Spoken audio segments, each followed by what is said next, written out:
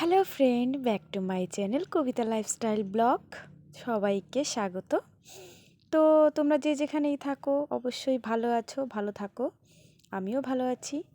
যেহেতু সকালে আজকে প্রচুর বৃষ্টি ছিল আর উনুনেতে যেতেই ইচ্ছে করছিল না, তাই গ্যাসেই আজকে রান্না চাপিয়ে দিয়েছি। তো দেখতেই পেলে তিতা করলা আলু ভাজা হচ্ছে। এদিকে মিক্সার মেশিনে আমি ডালটা বেটে নিয়েছি।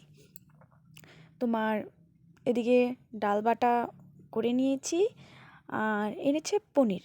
তো পনির যেহেতু আমাদের বাড়ির সবাই খায় না, আমি খাই না, আমার শাশুড়ি মা খায় না, এই জন্য আমাদের দুজনের জন্য ডালের বড়া করে পনিরের ঝোলের মধ্যেই দিয়ে দেবো। আর এক্সট্রা করে কী বানাবো এর জন্য। এদিকে মেয়ে দুষ্টুমি করছে, এদিকে রান্না করছি। শাশুড়ি মা এদিকে পুজো দিতে গেছে। বাইরে যেহেতু জল, সেজন্য আমি মেয়েকে বাইরে যেতে দেইনি। বাইরে গেলে পরেই জল ঠল দিয়ে একাকার করবে আর তারপরে সর্দি লেগে যাবে। তো যাই হোক, এদিকে আমার রান্নাও হচ্ছে আর এদিকে মেয়েকেও দেখছি। দুটো কাজ একসাথেই করে নিচ্ছি, কারণ গ্যাসে রান্না করলে অতটা ঝামেলা হয় না, কারণ আমি তো উপরে রান্না করি আর উনুনে রান্না করতে গেলে বারে বারে পাশে চলে যায়। তো যেহেতু শনিবার ছিল, আজকে নিরামিষ, তিতা করলা আলু ভাজা আর ডালের বড়া দিয়ে পনির দিয়ে ঝোল, আর লাস্টে একটুখানি আবার আমের টক করেছি।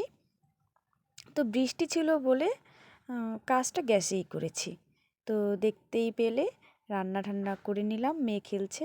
এই দেখো আমার ফাইনাল লুক, রান্না হয়ে গেছে। কেমন হয়েছে একটু দেখে বলবে? এদিকে দেখো মেয়েও দুষ্টুমি করছে, খুব দুষ্টুমি করে।